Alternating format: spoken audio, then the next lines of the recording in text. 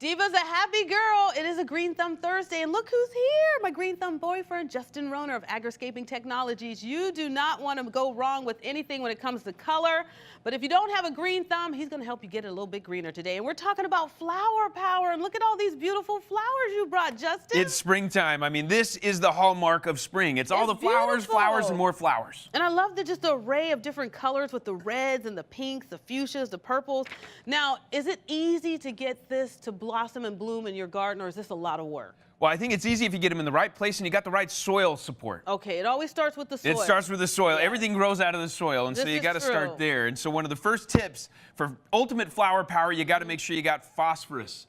Phosphorus. So you got the NPKs, you got the ingredients that are in most of those fertilizers, and the P, the middle one, is the most important one for growing the flowers and actually growing fruits later. Okay, so now phosphorus is very, very important. And we're going to learn about the certain types of flowers that grow best in the spring. Yeah, so the first thing, get that soil good, and then these are all ones that you can actually grow this time of year. Some of my favorite bulbing ones are like the irises. Okay. So they're just starting to bud out, and so it's really important to give them some nice support with the phosphorus in the soil. Other ones like amaryllis, that's another wonderful one. It's a beautiful, large flower. It looks like an onion massive. a little bit. It does kind of look like an onion. This is what they look like when they're dormant, and so planting them now a couple inches under the soil, and they'll end up blooming for you around May or June. Okay. Beautiful, massive flower. I mean, you get like 3 of them like this big on that thing. Oh, wow. That would be pretty to see. So a lot of these other ones, and we got a lot of the mum family that are all very good. The Gerber daisy, that's another great one. The salvias, these ones are nice ones that can be even a permanent planting in your garden. Yeah, and that's so really pretty color. Yep, throughout the summer. Awesome one plant there. So do you have to keep it in a pot like this, or do you need to transfer it into the ground in your backyard? The cool thing about a lot of these flowers that we're showing here is they can be in pots, containers, or you can put them in the ground. Okay. Now, with this particular salvia, this one's one that you want to be throwing in more of a shady environment, or an E-microclimate has a good amount of shade, and that's important for this one. A lot of these other ones, to get the mums to bloom even longer, you put them in an A microclimate. We talk about that on our website at agriscaping.com.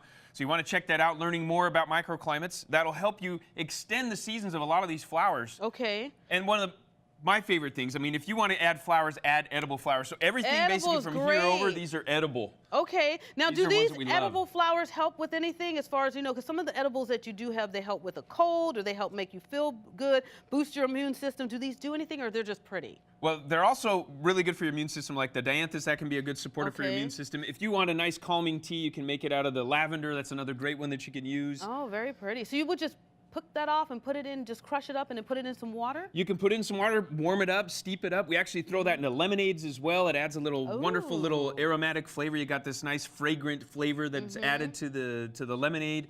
The carnation's also a good edible one, not really in terms of a medicinal value. It's more of a garnish. Okay. The stalk, that's another great one. They're used a lot actually as garnishes. You can actually candy these. Yeah, you see this a lot of times at weddings. This flower and this flower right here, they'll put them on the plate. Primrose, wonderful one too. And then you'll see them on sometimes the cakes or the different desserts, and you can just eat it right along as you're eating your food. Now you got to try this one. This is the begonia. This is the begonia. This is the begonia, so you got to try one of these leaves. Yeah, go ahead and eat that one right there. Okay, and then it looks really pretty. It looks pretty. Ooh. What do you think? That tastes like a lime, a lemon, and a little bit of a sour green apple. There you go, all in one. In a flower. My God. Now the leaves are about the same. They have a little bit more on the. Ooh, that's good. These are wonderful. It does taste like a green apple. So you want to check out our website, look at our edible flower guide, find out some more of the cool edible flowers that you might be able to grow to beautify your garden, but also just make it awesome. I mean, have this kind of relationship with your garden. Right? Have a good relationship. Have a good relationship with your garden. Well, let's tell everybody about the classes, because people see all of this and they're like, there's no way my thumb can get that green to produce all of this. But you do have classes. Exactly. We got a great class online that's coming up here on the 8th. So you want to sign up for it, RSVP early for it. It's actually the Garden Reinvented. So we'll talk about how to integrate the beauty with the edible stuff so you can have your beautiful garden and eat it too. Oh, it's so nice. And if you want more information, we'll have a link on our website. It's AZTV.com. Don't forget, too, you can always take a tour and just see everything up close and personal at Justin's own place. I've been there. It's fantastic. Get your garden in bloom. Spring is here. More of Arizona Daily Mix when we get back.